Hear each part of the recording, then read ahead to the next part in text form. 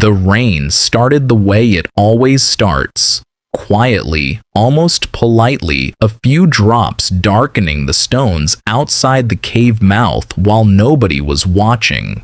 By the time anyone noticed, the sky over the river valley had gone the color of wet ash, and the water was already finding every crack in the ground it had spent all summer forgetting about. Inside the home cave, the fire cracked and spat as the first gust of damp wind reached it. A young man, the same curious, gentle-eyed one who always seemed to be watching the world a half-second longer than everyone else, looked up from the antler point he was smoothing and felt something settle in his stomach that wasn't quite worry yet.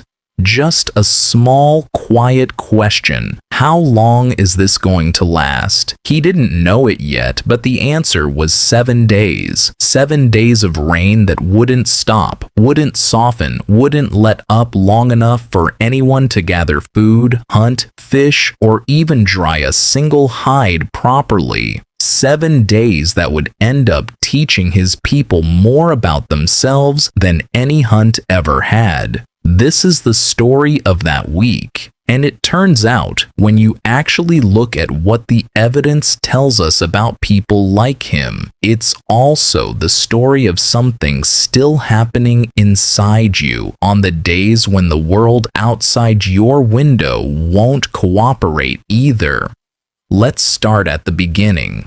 By late afternoon of the first day, the rain had settled into a steady, unhurried rhythm, the kind that doesn't announce itself as dangerous but simply refuses to leave. The river valley's usual sounds, birds, distant mammoth herds, the crack of someone's axe on wood, had all gone quiet, replaced by one continuous hiss of water on leaves, on stone, on hide roofing. The band gathered inside the cave the way they always had, without needing to discuss it. Fire at the center, sleeping hides pushed back from the entrance, where the wind was starting to carry a fine mist inside. Children pulled closer to the adults, not because anyone told them to, but because that's simply where children go when the weather turns. The elder, bent slightly at the shoulders the way he'd been for as long as anyone could remember, sat near the fire and watched the smoke behave strangely. Instead of rising cleanly toward the cave's natural vent, it curled sideways, thickening near the ceiling before finding its way out. He'd seen this before. Rain does that to fire smoke. The heavy, moisture-laden air outside pushes back against it, slows it down, traps it low before it escapes. It wasn't dangerous yet, but it meant they'd need to feed the fire smaller amounts more often and keep it burning hotter, or risk losing it to its own smoke. This is the first thing worth understanding about a week of rain in the deep past. Fire wasn't just warmth, it was the entire operating system of daily life. Cooking, drying, light, protection from predators, tool hardening, insect control, and rain attacked it from every direction at once. Wet wood, wet kindling, wet air pushing smoke back into living space.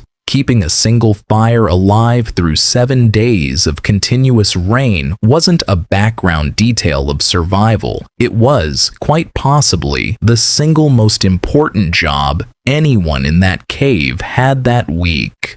The young man fed the fire a handful of dry inner bark, peeled that morning before the rain had gotten serious, and watched the flame steady itself. Beside him, the young woman he'd grown close to over the last 2 summers, sharp-eyed, quieter than him, usually the first to notice a problem before it became one, was already sorting through the woodpile, separating anything with the faintest dampness to the outer edges where the fire's heat could dry it before it was needed. Neither of them said much. They didn't need to. This was the kind of work two people who trusted each other simply did in parallel, without discussion, the way you might silently split a task with someone you've worked beside for years. By nightfall of the first day, the rain hadn't stopped, and it was clear this wasn't a passing shower. The elder said as much in the plain way he said most things. Not fear, just observation. Long rain, he said, looking out at the gray curtain falling past the cave mouth. Not a short one. Nobody argued. The sky agreed with him. That night, for the first time in weeks, nobody slept near the entrance. The whole group pulled inward, closer to the fire, closer to each other, hides overlapping at the edges the way they only did in the coldest, wettest weeks of the year. It wasn't just about warmth. Bodies close together in a small space in bad weather do something else too. Something we'll come back to later, because by day 3 of this week, it was going to matter more than anyone expected. By the second day, the rain had made one thing brutally clear. Nobody was leaving to hunt, fish, or gather. The ground outside had turned to a shifting brown paste, the kind that swallows footprints and hides tracks, the kind that makes a hunting party more likely to slip into a ravine than actually find anything worth killing. The river, usually a calm silver ribbon along the valley floor, had thickened and risen, its edges eating into the grass where children normally played. So the entire band did something that might look, from the outside, like nothing at all. They stayed inside. They waited. But waiting is doing a lot of work in that sentence, because what actually happened inside caves and rock shelters during long bad weather stretches like this one is one of the more interesting patterns we've found in the archaeological record. When people are forced indoors for extended periods, unable to hunt, gather, or travel, the evidence shows something almost counterintuitive. Their toolmaking doesn't slow down.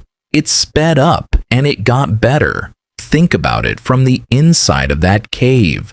A hunter can't hunt. A gatherer can't gather, but a spear can still be straightened. A blade edge can still be resharpened. A worn scraper can still be reshaped into something sharper, more useful, more deliberately made than the rushed version that got used in the field 2 weeks earlier. Downtime, it turns out, is when tools get their finishing touches, the fine retouching, the careful reshaping, sometimes even decorative marks scratched into a handle for no practical reason at all, except that someone had the time and the patience to make something a little more their own. That second afternoon, the young man found himself doing exactly this.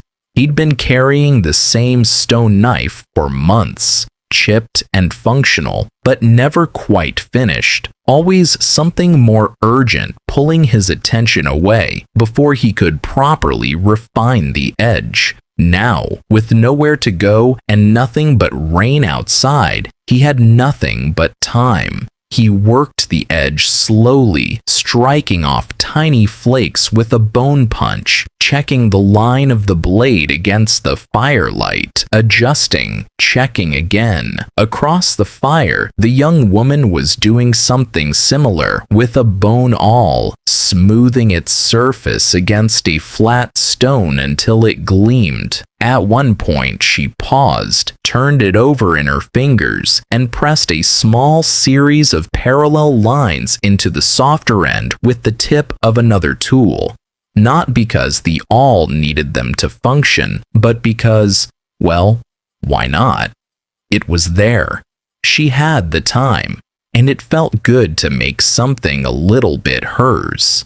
This is worth sitting with for a second, because it's easy to imagine prehistoric people as constantly, desperately scrambling for survival, with no room in their lives for anything that wasn't strictly necessary. But the archaeological record tells a different, richer story. Some of the most decorated, most carefully finished tools we've ever found. Tools with etched patterns, smoothed handles, small personal touches that add nothing to how well a blade cuts, come from exactly this kind of context. Periods of forced stillness, bad weather, long waits. The moments when human hands had nothing urgent to do, and so they made something a little more beautiful instead. By the third day, though, something else was starting to build inside that cave.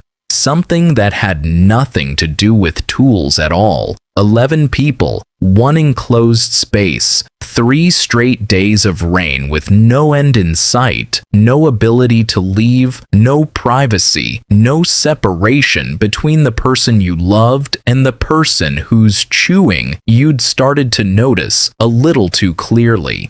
The children, cooped up far longer than their bodies were built for, had gone from quietly playing to squabbling over nothing in particular. A stick, a spot by the fire whose turn it was to hold the smallest dog. The elder watched this happen with the calm of someone who had lived through many rainy weeks before. He knew what was coming, even if he didn't have a word for it the way we do now. We do have a word for it, of course. We call it cabin fever, and it's not just a saying. It's a documented, studied psychological pattern. Researchers who've spent time studying small groups confined together for long stretches, polar research teams, submarine crews, even families during extended storms or lockdowns, find the same basic pattern again and again. The first days are fine, even pleasant. Then, somewhere around the 3rd or 4th day, irritability creeps in. Small annoyances get magnified. People who love each other start finding each other's habits unbearable, not because anything has actually changed, but because the space around them hasn't, and the mind, deprived of new input, starts inventing problems just to have something to focus on. The elder had seen this pattern enough times to know the fix wasn't food or fire or even sleep. It was something else entirely. And so, as the light faded on the 3rd evening and the children's bickering reached its sharpest point, he did the thing he always did in weeks like this one. He started to talk. Not lecturing, not correcting anyone's behavior directly, just settling into his usual spot by the fire and beginning in the unhurried, half-remembered way he always used to tell a story. It was one the children had heard before. Something about a hunter, a river, a mistake that nearly cost everything, and a lesson learned the hard way, but nobody complained. If anything, the familiarity was the point. Within a few sentences, the squabbling had stopped. Small bodies had drifted closer to the fire, closer to him, faces turned upward, waiting for the part they already knew was coming. This is one of the oldest, quietest technologies humans ever developed, and it doesn't look like technology at all from the outside. Storytelling, spoken narrative, shared and repeated, appears to be a deeply ancient human behavior, and evidence increasingly points to exactly this kind of context as one of its most important settings. Small groups, confined together, forced into proximity by weather or circumstance, using shared narrative to hold the group together when the group's own patience was running thin. A story doesn't just pass time, it resynchronizes a room. 11 separate, irritated minds, each stewing in their own small frustrations, become one audience, breathing together, waiting for the same moment. The young man watched the children settle, watched the tension drain out of small shoulders that had been tight with boredom minutes earlier, and felt something click into place that he wouldn't have had words for either. The story wasn't just entertainment, it was maintenance. It was the thing that kept 11 people from tearing at each other after 3 days trapped in the same space by weather none of them could control. The rain didn't care about any of this, of course. It kept falling through the night and into the 4th day and the 5th. By the 4th day, a new problem had started creeping in from a different direction entirely: the food. The band's stores, built up carefully over the drier weeks before, weren't unlimited. Strips of meat, dried and smoked over the past month, hung along one wall of the cave, protected as best as anyone could manage from the damp air now working its way steadily inward. The young woman had taken over checking them each morning, running her fingers along each strip, testing for the telltale softness that meant moisture had gotten in and rot wasn't far behind. 2 strips had already gone soft by the 4th morning. She pulled them from the rest without hesitation, separating the compromised meat before it could spread its problem to everything hanging beside it. A small, unglamorous act of quiet competence that mattered more than almost anything else happening in the cave that week. Preserved food wasn't just a convenience for the ancient humans of this valley. It was often the difference between a hard week and a fatal one. A week of continuous rain meant no hunting, no fishing, no fresh gathering, which meant every strip of meat still hanging on that wall had just become significantly more valuable than it had been a week earlier when the sun was still out and more food was only a walk away. She fed the 2 compromised strips to the fire instead of wasting them entirely.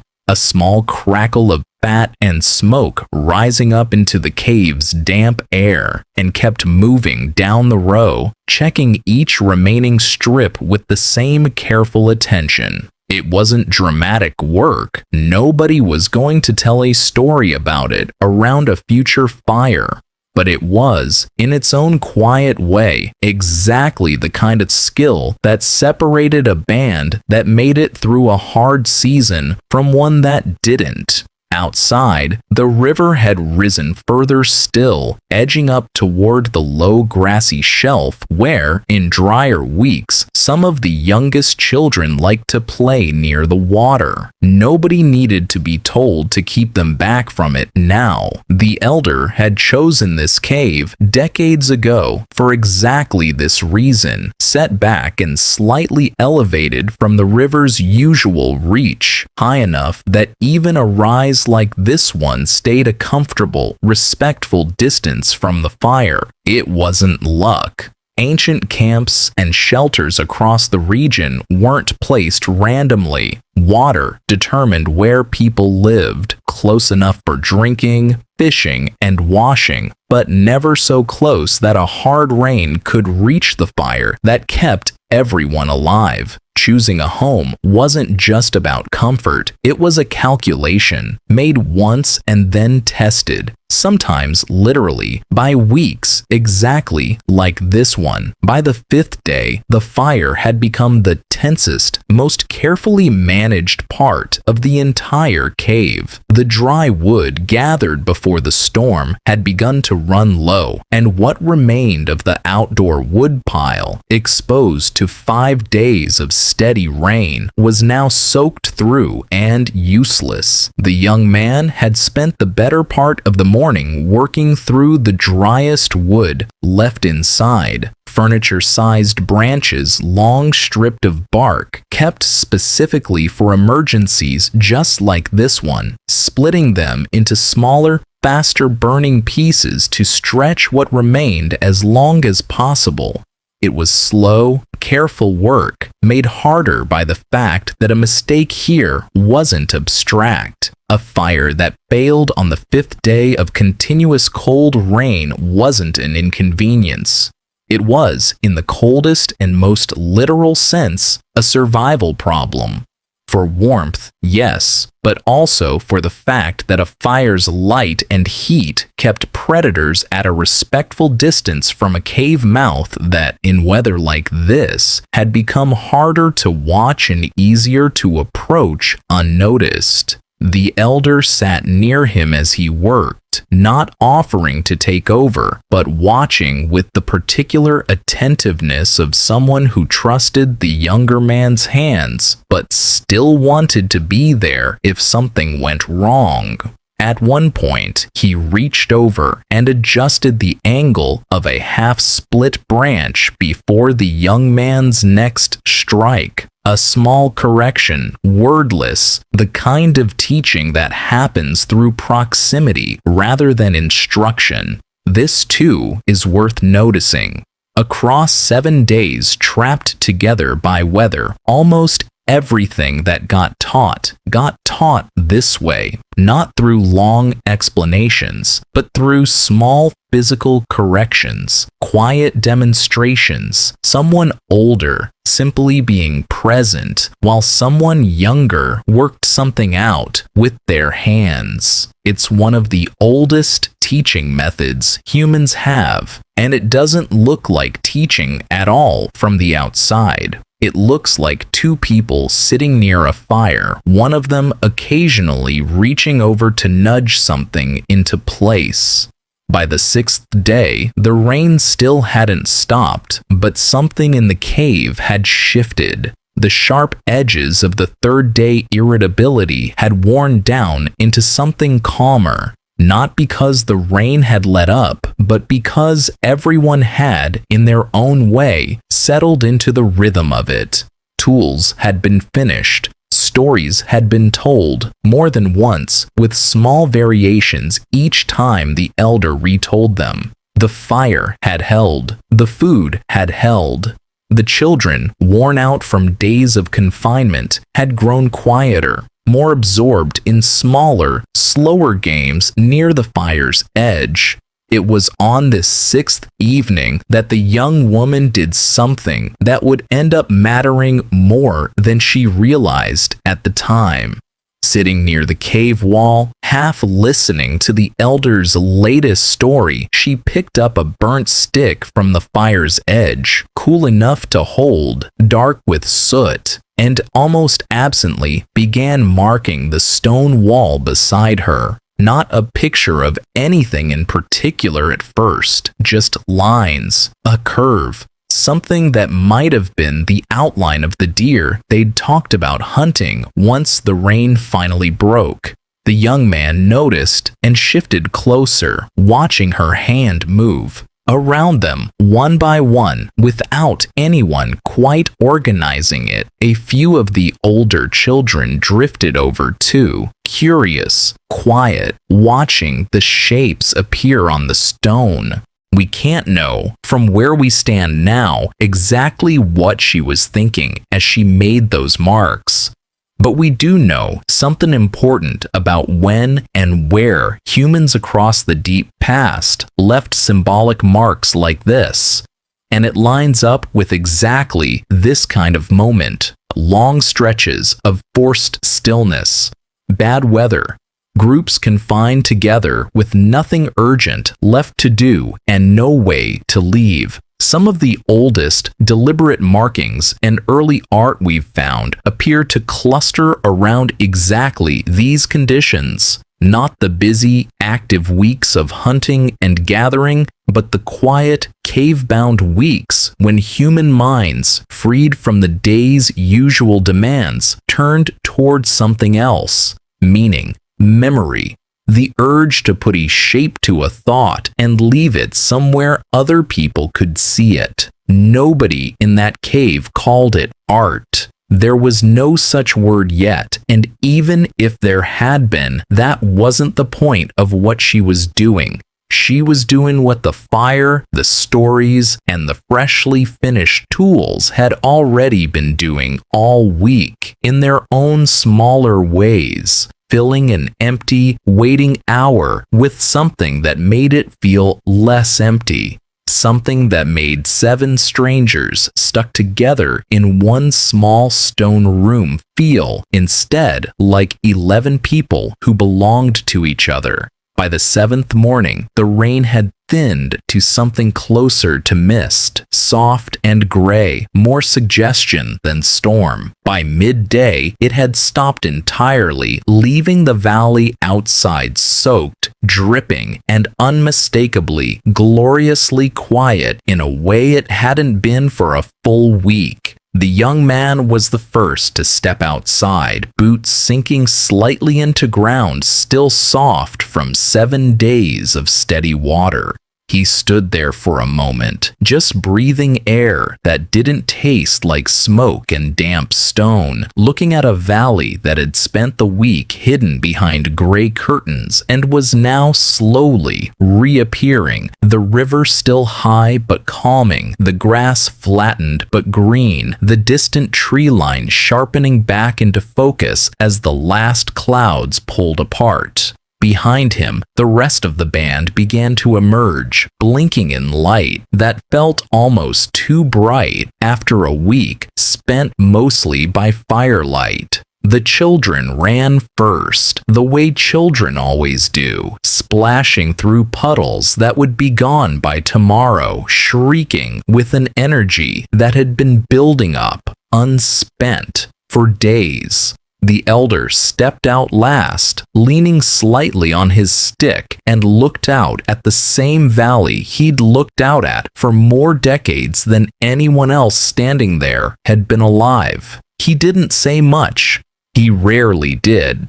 But there was something in the way he looked at the wet, gleaming grass, at the finished tools someone would carry back inside later, at the fresh marks still visible on the cave wall behind him, that suggested he understood exactly what that week had been for, even if none of the people who'd lived through it could have explained it themselves. It hadn't been wasted time. It had been, in its own quiet, unglamorous way, exactly as important as any hunt. Here's the thing about that week, all those thousands of years ago, that's worth carrying with you. Nothing about what that band experienced was unique to them. It's still happening. It's happening to you on the days the world outside your window turns gray and stays that way.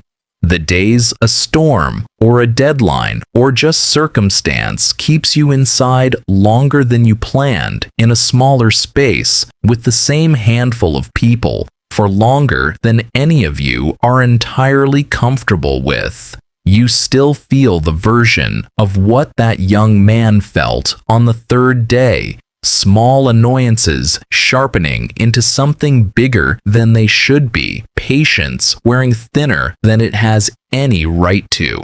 That's not a flaw in you. It's an old pattern built into small groups confined together for exactly as long as humans have been forming small groups at all. And you still reach, without quite meaning to, for the same tools that band reached for.